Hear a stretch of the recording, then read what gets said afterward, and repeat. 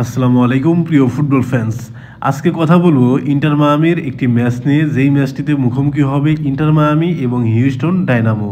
এটি হচ্ছে MLS লিগের একটি ম্যাচ, আর এই ম্যাচটি হচ্ছে এই সিজনের ইন্টার মায়ামির জন্য দ্বিতীয় ম্যাচ। এর আগের ম্যাচটি অর্থাৎ 2025 সালের MLS লিগের প্রথম ম্যাচটি ইন্টার মায়ামি কিন্তু নিউ ইয়র্ক সিটির বিপক্ষে 2-2 গোলে ড্র করেছিল।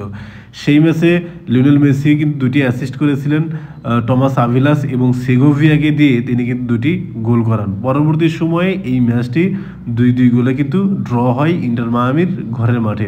তাই লিওনেল মেসির ইন্টার মায়ামি এই ম্যাচে অন্তত জয় ছিনিয়ে নেওয়ার জন্যই মাঠে নামে। ইন্টার মায়ামির প্রি সিজনের ম্যাচগুলো কিন্তু দারুণ ছিল, কারণ সেখানে তারা 5টি ম্যাচ খেলে 4টিতে জয়লাভ করেছে এবং একটি ম্যাচ কিন্তু তারা ড্র করেছিল। তারপর যখন কনকাকাপ শুরু হলো কানসাস সিটির বিপক্ষে, তাদেরই ঘরের মাঠে 1-0 গোলে কিন্তু লিওনেল মেসির ইন্টার মায়ামি জয়লাভ করে এবং পরবর্তীতে ইন্টার মায়ামির ঘরের মাঠে সেকেন্ড লেগ অনুষ্ঠিত হলে সেখানে কিন্তু কানসাস সিটিকে 3-1 গোলের ব্যবধানে হারায় এবং এগ্রিগেটে 4-1 নিয়ে ইন্টার মায়ামি কিন্তু কনকাকাপ চ্যাম্পিয়ন কাপের রাউন্ড অফ 16-এ চলে যায়। তাই ইন্টার মায়ামির কিন্তু আত্মবিশ্বাস রয়েছে এখনো পর্যন্ত।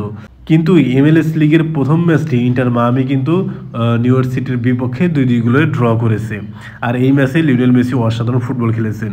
আমরা যদি লিওনেল মেসিকে নিয়ে কথাবার্তা বলি তাহলে দেখা যায় এখনো পর্যন্ত এই সিজনে অফিসিয়াল 3টি ম্যাচ খেলে 2টি গোল এবং 2টি কিন্তু অ্যাসিস্ট করেছেন। তার মানে 3 ম্যাচে সরাসরি 4 গোলের সাথে অবদান লিওনেল মেসির।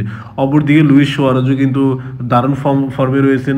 Sergio Busquets, Jordi Alba, Benjamin Cremaschi এবং গোমেজরা সবাই কিন্তু বর্তমান সময়ে এসে দারুণ ফুটবল খেলে যাচ্ছেন। তাই আশা করাই যাচ্ছে এই ম্যাচটি ইন্টার মায়ামির পক্ষে থাকবে।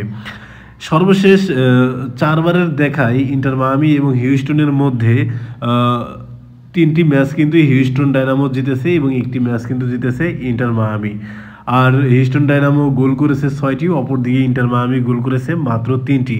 হেড টু হেড লড়াইয়ের দিকে তাকালে অবশ্যই কিন্তু হিউস্টন ডায়নামো এগিয়ে থাকবে, কিন্তু সাম্প্রতিক ফর্ম বিবেচনায় ইন্টার মায়ামি কিন্তু এগিয়ে থাকবে, কারণ ফুটবল ইতিহাসের অন্যতম সেরা খেলোয়াড় লিওনেল মেসি কিন্তু এই ক্লাবে রয়েছেন এবং দারুণ ফুটবল খেলে যাচ্ছেন।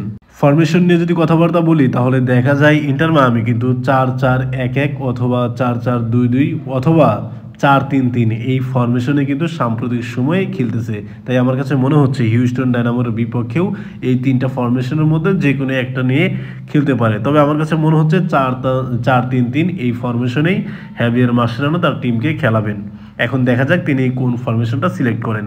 অপরদিকে হিউস্টন ডায়নামো কিন্তু 4-2-3-1 এই ফরমেশনে খেলে থাকে। 4জন ডিফেন্ডার, 2জন ডিফেন্সিভ মিডফিল্ডার, একজন হচ্ছে লেফট মিড, আরেকজন হচ্ছে রাইট মিড, আরেকজন হচ্ছে অ্যাটাকিং মিডফিল্ড, আর একজন গতিশীল সেন্ট্রাল ফরওয়ার্ডকে তারা কিন্তু সিলেক্ট করে থাকে। এখন দেখা যাক ইন্টার মায়ামির বিপক্ষে তাদের ফরমেশনটা কেমন হবে। এই ম্যাচ নিয়ে আপনাদের চিন্তাভাবনা কি বা কোন টিম জয় হতে পারে সেটা অবশ্যই কমেন্ট বক্সে জানাতে পারেন। ধন্যবাদ।